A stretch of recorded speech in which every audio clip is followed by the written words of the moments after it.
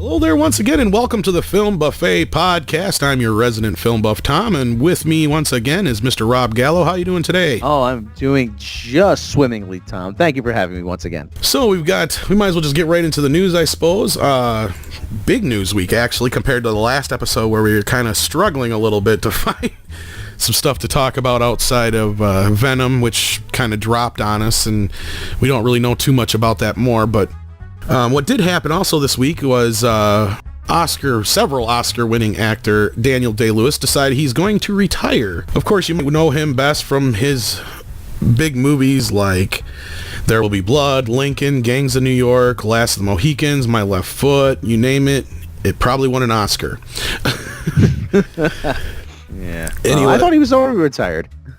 It kind of seemed like it. He was only doing a movie from the looks of it like every 3 years since 90. Even before that, it was like every 3 years except for a couple here and there. He pretty much did a movie like every 3 years, and then now I guess he's just going to quit altogether. And doesn't he do like carpentry or something like that on the side? Like that's his big passion or something like that. So yeah, I'm guessing he's just want to get over. He's 60 years old, so I guess he thinks it's time to retire. He's had a pretty long career. I'm sure he's got plenty of money. He's got tons of Oscars on his shelves. Maybe he thinks it's time to let somebody else win. Hey, you know what? This carpentry thing, I got a couple of, a couple cabinets up in my dad's apartment. Maybe he can want to work on those if he has the time. Yeah. I mean, I'm not sure if that's what it is, but I know he has some like thing he does on the side over in Ireland or wherever it is that he lives, or in the UK there, in England, I guess it says here, or wherever it says he lives now. But yeah, I know he does all this side work and stuff when he's not making movies, and it's just like, okay. Yeah, well, okay. Brilliant actor, but do you see him actually staying retired though? No. He'll be coaxed, out of retirement for his dramatic return, and somebody will write him a $50 million check. Yeah, or it'll be in some piece of Oscar bait, as we've been seeing lately. That everything's pretty much Oscar bait that not to take away what he does, but it's all those like Last of the Mohicans and The Name of the Father, very highbrow stuff. He likes doing. He's not going to be in Doctor Strange. Let's that way. No, I mean, but I was right. He does have a house in Ireland and in the U.S. The other interesting thing about him is he's the first non-American actor to win 3 Academy Awards for Best Actor, and he's also the first actor anywhere to win 3 Oscars in a category. So he's got that going for him. So he's got a lot of records. He's got a lot of Oscars. I think it's probably about time, you finish while you're on top. He's got one more film coming out here, and that's supposed to be his big grand finale. I don't really see him. I mean, he might take like a good 10-year break, perhaps. It always seems like whenever these actors decide they're going to take a break, it's only for like 5 to 10 years at the most. And it's usually when they're like just so overwhelmed with everything. And maybe that's what it is he's just getting bombarded with offers constantly, and it's just, this is kind of his way of maybe backing the offers off, perhaps. Yeah, maybe he could be more selective while he can. Yeah, exactly. That's what I'm saying. He does hear something come along or something he pursues, maybe, I mean, there's not really anything to beat it in the dirt too much. I mean, what's your favorite Daniel Day-Lewis movie as far as his films go? I do kind of like Gangs of New York, actually.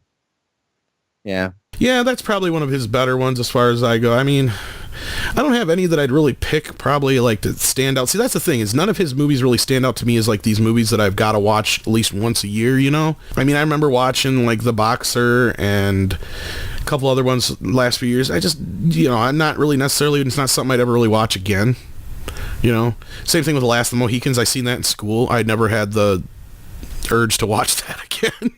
It's a good movie, don't get me wrong, but we'll see if he actually really retires or not. Any more final thoughts on Mr. Lewis? Nah, I don't. Well, like I said, hopefully the sideline and carpentry works out for him or whatever it is. Yeah. Right.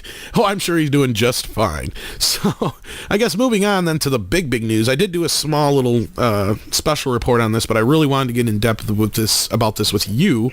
First, let's start off with the basic issue is Star Wars Han Solo movie has lost its directors, or should we say they were fired. Phil Lord and Chris Miller, of course, known for like 21 Jump Street and stuff like that, were brought on to direct the Han Solo spinoff, and they were fired, and they've been in talks with The Flash. But let's first start at the beginning. It seems that the reason they were fired was over creative differences. For once, it actually means something here. They were trying to do a little bit too much improvisation, it sounds like. And even though they've been filming since January, the film went on hiatus, and during the hiatus, they decided to go have a talk with DC about Flash. So I don't know if that had any weight on Disney's reasoning for firing them, but it also sounds like they're basically button heads with Kathleen Kennedy since day one. I want to get your thoughts on it, and then I have a few more things to add to it that I've been reading here the last few days. Yeah, it doesn't seem like Star Wars really lends itself to an improvisational script. I mean, that's and they were trying to go more of a comedic route than strictly just like an action adventure kind of story, and I don't see that for a Han Solo movie, honestly. I mean, yeah, you're going to have some elements of humor because, he's the suave, debonair guy that we know. We obviously want to see how he became that. I'm sure there's plenty of moments that could be fun in the film, but when a script is written, especially for something like a Star Wars film, you kind of got to stick with it. But I mean, I see both sides of this at the same time. It's like you hire directors because you want a certain type of feeling for your movie, or you want to make a certain type of movie. And you can't tell me that Kathleen Kennedy and Disney didn't know who they were bringing in to make this movie when they asked them to do it, because obviously they wanted something in their tone in their previous films brought to the table here. So, like I said, I see both sides of it. It also sounds like Kathleen Kennedy just butted heads with them from the start. Like perhaps maybe it wasn't her choice. And because I heard one report from somebody from inside said that they basically had a culture clash altogether from the very start. Like they just did not get along. They made the joke of she didn't even like how they folded their socks, if you get my drift. Yeah. So it's like, so it sounds like she just had an issue with them from the start. Doesn't sound like they were her guys, really. I mean, we don't know. Maybe she had someone else in mind to direct this movie. But like I said, it's sort of a culture clash. Again, coming from that very kind of improvisational background the improvisational tone that these guys wanted, I can see how that would rub somebody like Kathleen Kennedy the wrong way, and it actually could cause problems. Like if you're improvising a script, then things are probably going to take longer. They're probably going to go over, but more likely to go over budget. And it's kind of an undisciplined way to work. I mean, when you're doing it live on stage in an improv comedy group, then that's one thing, because the absurdity lends itself to the humor. But for, like I said, and Han Solo is not a comedic character. He says a couple snarky remarks. He has and you might get a chuckle out of it, but right. I think they were going for a lighter tone was probably the reason. And I think you possibly are right that these are not the first choices for Kathleen Kennedy, but a few other people that are probably high above, pushed for it. And it sounds like she gave them a chance. I mean, they've had 4 months where they've been shooting here, at least, or more than that, because they've been shooting since the end of January. There is supposed to be some reshoots coming up, and they are talking to Ron Howard and Lawrence Kasdan, of course, who Lawrence Kasdan was one of the writers on the film, and you may know him best from writing The Force Awakens and Return of the Jedi and Empire Strikes Back. So both choices are very good. Ron Howard, of course, has a lot of experience in this kind of arena. Of course, he directed Willow, which was a George Lucas produced film. So, he's worked in fantasy quite a bit. It would be a good fit for him as well. Lawrence Kasdan has also proved himself quite a few times as a good director as well. So both choices are good, but it just seems like this should have been something that was ironed out way back in January and didn't get to this point, I guess, is where a lot of people are seeing it. Yeah. One of the things I actually read was that the Directors Guild of America will not let a writer take over a movie. You were right about that. I was going to bring that up too, is that the Kasdan might be out of the running because of that. But there is a rumor already that Kasdan has taken over production right before the hiatus. That is a rumor. So, yeah. So I have a feeling Ron Howard probably will be brought on board, and he'll probably just work hand in hand with Kasdan. There are special circumstances where they will let a writer come in and finish, but I mean, as a rule, they generally don't let a writer come in and take over. I think it also has to do with the fact that they've probably already filmed so much, and I think it has to do with how much is filmed as well already, because I know a lot of that had to do with back in the day, like even going back as far as Superman 2, where even though a good 60% of the movie or whatever it is actually directed by Richard Donner, he doesn't get credit because they reshot a bunch of stuff so the other director could have shot enough footage to get the credit for it. You know, it's just one of those things where in Hollywood it all has to do with what is what, and we don't know what's going to be reshot. They're still supposed to be opening next May. I don't see that happening. I really don't. I have a feeling this movie's going to get pushed to December. What do you think? I don't think it's supposed to be May 2018, right? Yeah. Yeah, I think they're gonna try to keep that release date. They're gonna try, but I don't see it happening. I mean, right? Unless they've already done a lot of the major action sequences and they're already working on special effects, then I can see it. If a lot of the scenes that need to be done are character scenes, that's very possible. Yeah, that's true. It's going to take a year to do the effects. That's usually the time frame. It's generally the turnaround, but ever since Disney bought up Lucasfilm and they have ILM now basically under their hood, it seems like they've been able to push these movies out just a little bit faster. Yeah. Because Spider-Man Homecoming had a hell of a turnaround on it. Yeah, I mean, it was 2 years by the time the film was announced, and now... And they didn't even start shooting it, though, until, what was it, last summer?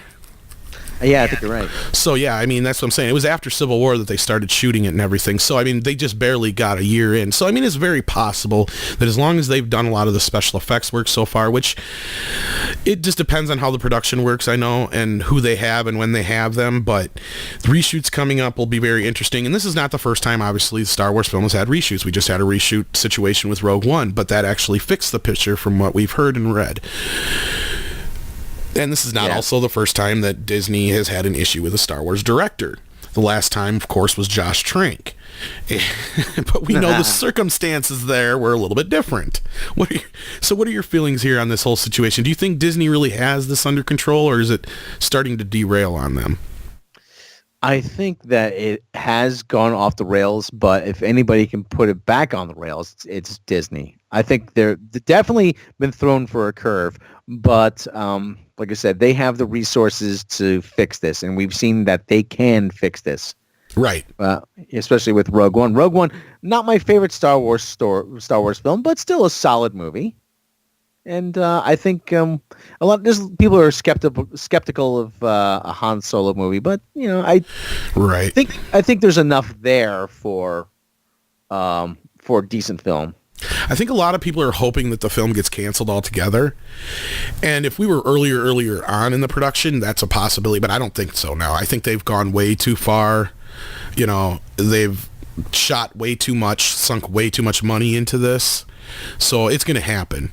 But I'm not so sure they'll get it out by summer. They could very possibly do it. But if the movie sucks, then they're in trouble. See, this is where I think they should have waited a while to do a young Han Solo film, to be honest. Yeah, I'm sorry. Yeah, I would like to see an original story, not an original character from the Star Wars universe first before I see a Han Solo movie. And that's just me. I'd take the story of a Jedi and tell that, because there's a ton of characters just floating around the Star Wars universe. The Star Wars universe is a lot like the Marvel universe. There's characters everywhere. You just don't see them all. And then in a way, they are kind of boxing themselves in already, it seems like. With Rogue One and now this, it seems like these were Rogue One seemed like a good idea. Okay. You got something that's still set within the universe that people know. They understand the time frame. There's characters that you can use. It would make more sense for these legacy characters if they were to put them in movies like that. Like, I wouldn't have no problem seeing a young CGI cameo by Harrison Ford in a Boba Fett film. That I wouldn't have a problem with. What I'm going to have a problem with is trying to buy a completely different actor as a young Harrison Ford. That's what I'm going to have trouble with. Actually, the problem. What I have trouble buying is an old Harrison Ford as a old Indiana Jones. That's the problem I have. Well, that's a whole different situation. How many movies before we're going to say, you know what? Suspension of disbelief only goes so far. I was against it back when they first announced the Kingdom of the Crystal Skull. There was a while they were talking about kind of doing a 007 thing with the character and having another young actor come on and play Indiana Jones in the same time period, which, looking back on it now, I almost wish that's what they had done instead. It's kind of come to that point where I'd rather see somebody like a Chris Pratt playing Indiana Jones than have Harrison Ford come back and mumble and stumble through another 2.5 hours of what we got in Kingdom of the Crystal Skull. So I don't know. But back to Han Solo, yeah. I mean, Harrison Ford is just so linked to the character. It's going to be difficult to imagine someone else in the role. But if this kid is any good, what's the kid's name? I completely forgot. Who's playing Harrison Ford? Not Harrison. Not playing Harrison Ford. His name Actually, is... That's what he's going to be doing. He's playing that's Harrison the problem. Ford. That's the problem. That's where I keep saying it's like I'm going to have such an issue, and that's where I didn't have such an issue with, spoilers, with the CGI Leia in the end of Rogue One, because I would have accepted that before I would have accepted them having a completely different actress playing her. Just like I was completely against the rumors of flashback scenes with Carrie Fisher's daughter playing Princess Leia when there was rumors of that way before Force Awakens came out when it first was announced. And I'm going to butcher his name, but it's Alden Ehrenreich, something like that. Yeah. Okay, now the name does sound familiar now. Yeah, I'm sure I butchered it, but... Just call him Al. Let's call him Al. So yeah, Al's going to be playing Han. Al. And so just, I guess, kind of to finish up this part of it and move on to the next part, I really think as long as they can get somebody like Ron Howard on board, they'll be okay. Because I think especially that was a really good choice when I heard his name. I'm like, oh yeah, he could pull this off, and I could see him doing a Star Wars film. Yeah, I'm wondering why. Do you think he might do another one if this goes well, or if they might say to? I'm sure that if they wanted him to, he would. But it just seems like it almost seems like Disney's kind of like giving every director a chance to do one film, and they won't let him do any more than that. Because I'm sure if JJ had his choice, he would have come back for the third Star Wars film. But as far as I know, they're not going to allow that to happen. Yeah, sort of like you see what one guy can do, and then you sets a different tone for each movie, really. Right.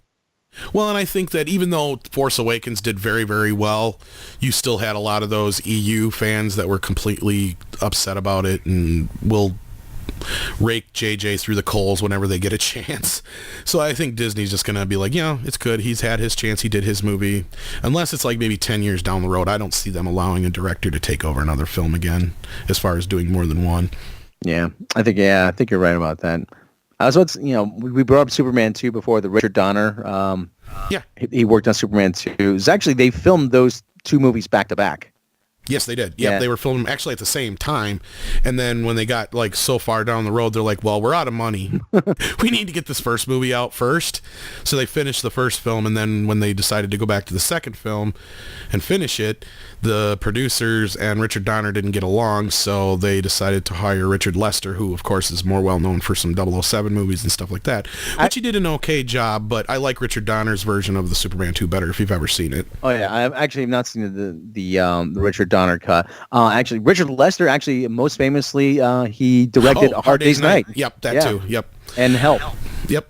But I mean, I have no issues with Richard Lester. He did his job. He did what he was supposed to do. He did what he was asked. Richard Donner, on the other hand, did get the shaft, and his version of the film is 10 times better. The only difference is really that you have to look at is the end of the first film is completely different. They have that kind of tagged on at the beginning. He basically stops both the missiles. And then the second film ends the way the first film did. The turning around, the going back in time or turning the world backwards, however you want to look at it, is actually from the second film. It was supposed to be for the second film. And there's a lot of different stuff in it. There's only a few scenes that are exactly the same, really. I mean, it has pretty much the same story, but they used as many alternate takes as they could. The first third of the movie is almost completely different.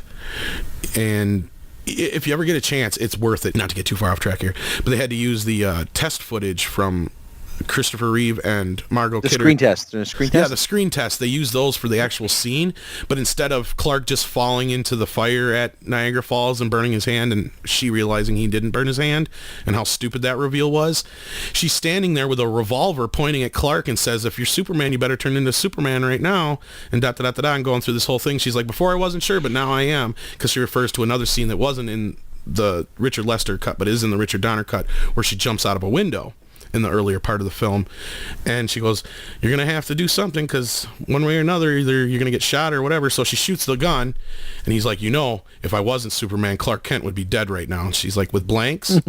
It was a clever little scene. It was like, oh, why didn't they use that? That is more clever. Yeah. Actually, that would be funny. Yeah, I would like to see that. But anyway, so moving back to where we were, speaking of DC, and this will kind of segue into the next part, as we said before, Miller and Lord are in talks to direct The Flash over at Warner Brothers. Brothers for their DCEU.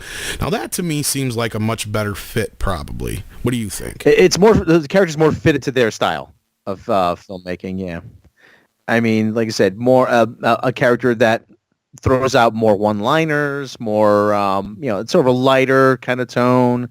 Very much, yeah. And I see what their style is working better with the Flash than probably Han Solo. Yeah, that I can definitely see, because Han Solo is not inherent, like you said, he's not inherently a humorous character. He just does humorous things or says humorous, snarky things. The Flash, on the other hand, I generally see as a more humorous, fun character. Like, he's a lot like Spider-Man. I think we brought this up before, too, to where he does, like, a lot of quips, and he's the young member of the group, and, he's not as seasoned as some of the other members, and he's a lot more fun. Get a little bit more brash, a little bit more of a show-off. Yeah. Right. Yeah. And like I said, it's about finding the right directors. I mean, DC and Warner Brothers had this bad habit of trying to get the biggest name directors or the edgiest.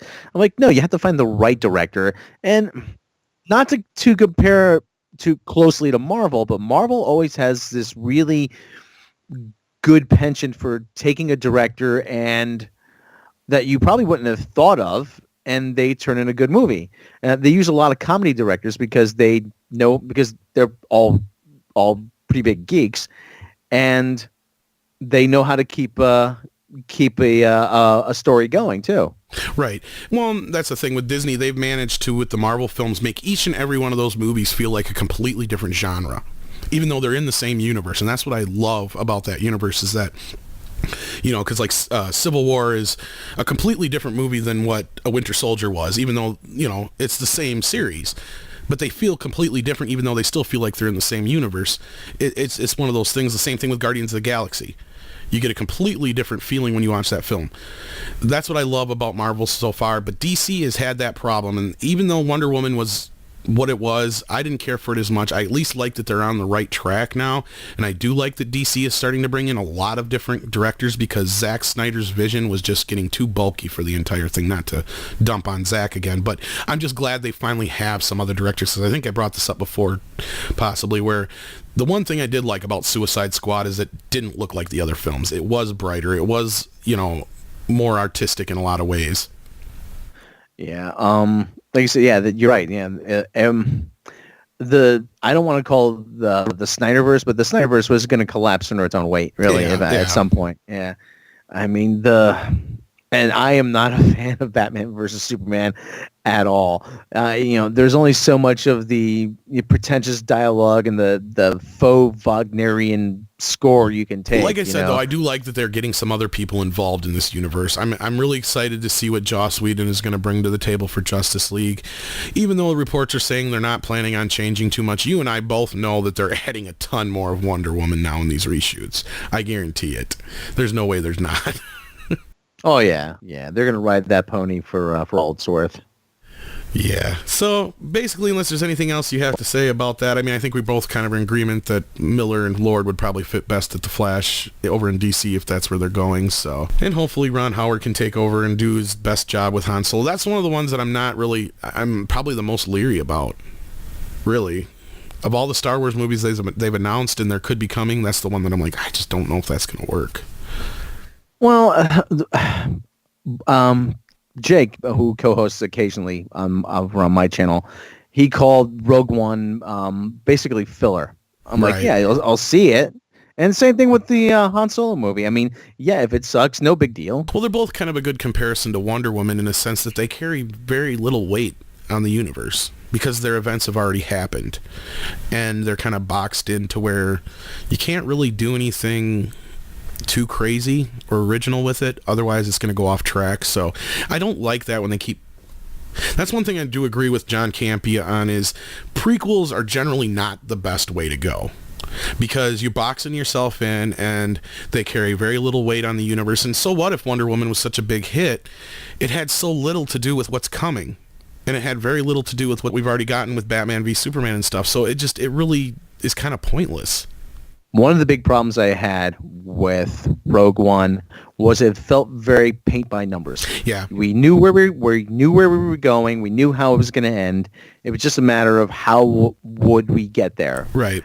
And it just seems like everything was thrown in as like fan service. It was. Oh, yeah. Oh, look, there's the pilot that got blown up in the Death Star attack. Oh, there's that Y-wing pilot that he got blown up too. It's like, Yeah. It just became like a series of Easter eggs. I liked it, but I think Red Letter Media had the right idea when they said, it's just basically it's a bunch of fan service, like you said. It's just a bunch of stuff that we recognize and we know, and it was what it was. It was good. I liked it, but did it really have to be? No. And there's a few things in there to where there's some of the fan service I would have cut out. In fact, I felt C-3PO and R2-D2 felt completely out of place in Yavin. They should have been on the ship at the end, if anything. Yeah, that felt wedged in. Yeah, I mean, you didn't even really have to have them. But if you were going to have them, they should have been at the end on the same ship as Leia, basically just before the lines we see them in the after the opening shot of New Hope. But regardless, moving on then, I suppose. You're the big Star Trek fan on Block, and speaking of Jake, though, we've got to have him on like in the next couple shows here. So if you get a chance to talk to him, I'd like that. Yeah, it'd be nice to have him on one of the next few shows here, and I hope to have another guest on here soon who's actually from Malaysia, and we'll be touching on a lot of the stuff we touched on in the last episode about the whole Red Granite incident. She's from Malaysia, and as we know, that's south of the equator. So we have to bring up something that's been bothering me for a very long time. I have to know, does the toilet water swirl the opposite way? I think that's been proven as fact, but we'll have to ask her. She's going to say, I got up early for this. Right. Okay, so yeah, you're a bigger Star Trek fan than I am. I am a fan, but you're a bigger fan than I am. And we just recently had a big announcement for the new Star Trek show that's been trucking along for a while now, called Discovery. It is set to premiere in a 2-part broadcast premiere on CBS September 24th, and then from then on it'll be on their is it called All Access, or what is it called? CBS All Access. Yeah, CBS All Access after that, which I think is a dumb move. But go ahead and give us your thoughts on this, because there's also a couple of new cast photos and stuff that come out. Yeah, it is a dumb move. September 24th. It's going to be two-part episode. It's going to premiere on CBS proper. I guess that's what we can call it. And then it's going to move to CBS All Access. It's also going to move to, I think, Bell Media in Canada. And it's going to... Netflix in other countries, I believe. And Netflix in the rest of the world, in the UK, Ireland, and throughout Europe. A lot of people who actually on Twitter were pretty upset that they couldn't view the trailer on the CBS All Access Twitter feed, and I was redirecting them to the Netflix feed. So it's almost like they didn't know anything about the series, which is poor word of mouth on CBS's part. We saw the first photo of Jason Isaacs as Captain Lorca. He's basically wearing a Serbian tracksuit as a uniform. I mean, how long has this series been gestating? For at least a couple of years. Almost a year and a half. At least, yeah. I know Midnight's Edge has been covering it for a while now. Yeah, I should know, but I narrated those Right. those documentaries. Right. There's just so much about this series which has me underwhelmed, for want of a better expression. And don't get me wrong, I would love to see a new Star Trek series, but the Mass Effect visuals, the fact that it's a prequel and it's possibly going to replace the Prime timeline, it really has me thinking that they're going about this completely the wrong way. Well, and that's just it. You brought up a good point. They have not done a very good job of advertising this.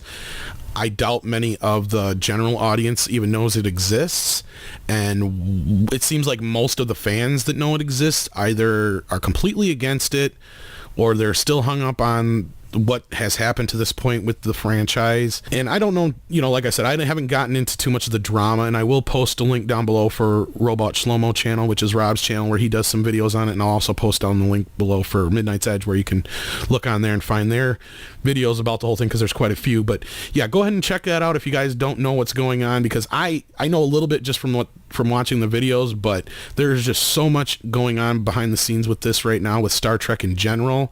It's a big clusterfuck, it sounds like to me. But yeah, like I said, there's really not much in terms of awareness. Yeah, Star Trek fans are aware, but I don't know anybody who's really that excited about this series. I mean, everybody is like, yeah, okay, I guess I'll watch it somewhere. And I don't know who's going to pay $9.99 a month for Right. CBS All Access. Well, that's just it. People already got Hulu, you've already got Netflix, you've already got other, avenues where there's so many different apps and stuff to get all your entertainment anymore. That's really going to probably be the thing that's going to kill this show. Nobody's going to want to add a whole nother, bill to their already growing large entertainment budget for the month. And I don't see anybody really getting on that train. Maybe a very few diehard Star Trek fans, but when you stop and think about it, why should I spend $9.99 a month when in 6 months I can buy it for $20 on DVD? Exactly.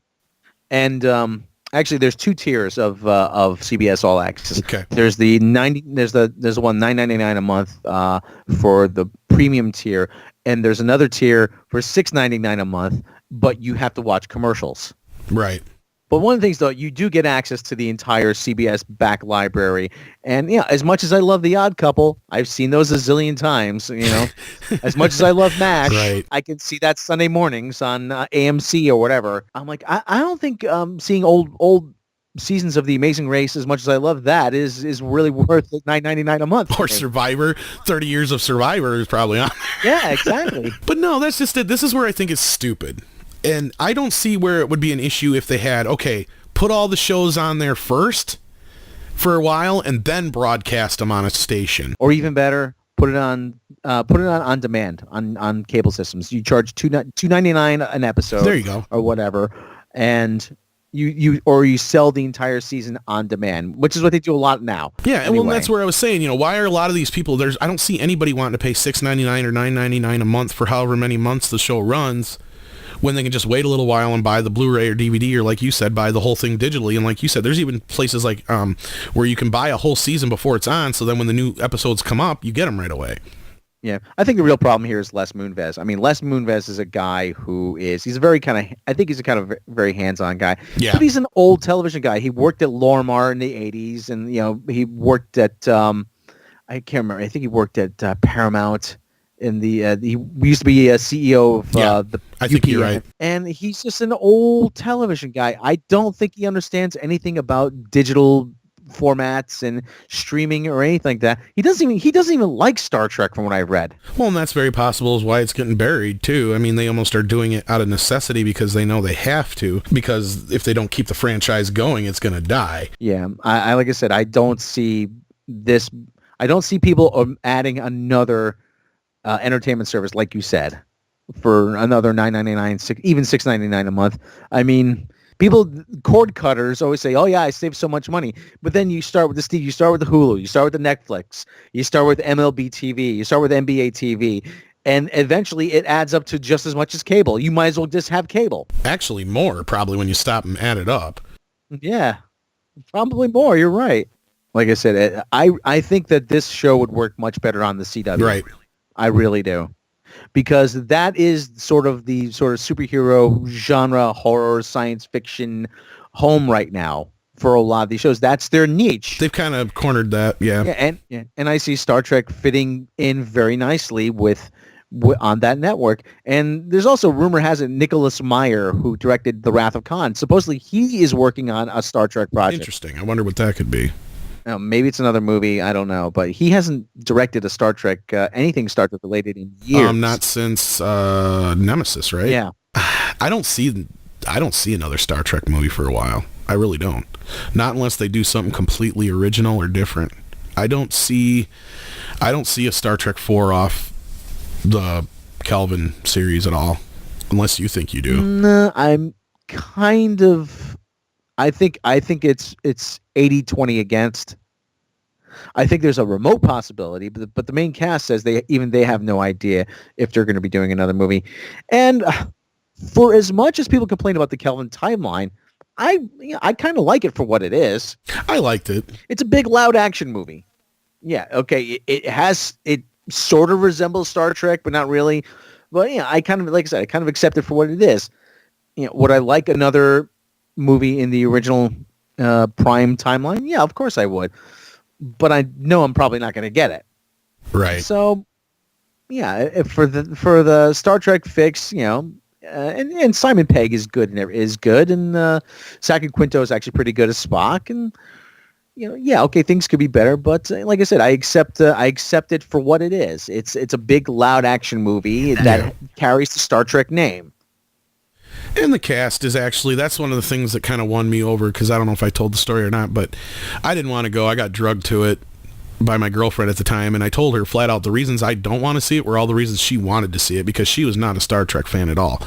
And we got into the movie, and I'm like, oh, okay, I'm kind of getting into this, and then they finally get into the movie and get going. I'm like, oh, this is actually kind of fun. Sure, it's not exactly like the old Star Trek, but I liked Chris Pine as Kirk. I liked, like you said, Zachary Quinto did just fine. What's-his-face's Bones was probably my biggest surprise. Carl Urban, yeah. Because that was one thing going in. I'm like, how the hell are they going to find somebody to play Bones? Yeah. And then when he finally appears on camera and he starts and he goes, I have a fear of dying and something that flies, and the way his eyes just kind of expand, I'm like, he captures that's it. Bones. Yeah, he really captures it completely. I was impressed. And that's pretty much the moment I was on board. I think I told you about this before. It's like pretty much between that part where he's sneaking him on the Enterprise is probably the moment that really, really got me into the movie. Because it's like, okay, I can see the chemistry between these characters now. And it works. And that's really what made those movies work, was the characters. So basically, let us know what you guys think down below. I know there's some very, very... what's the word I'm looking for? Dedicated Star Trek fans and passionate Star Trek fans. Passionate as well. Go ahead and leave your thoughts down below. Try and keep it civil, though.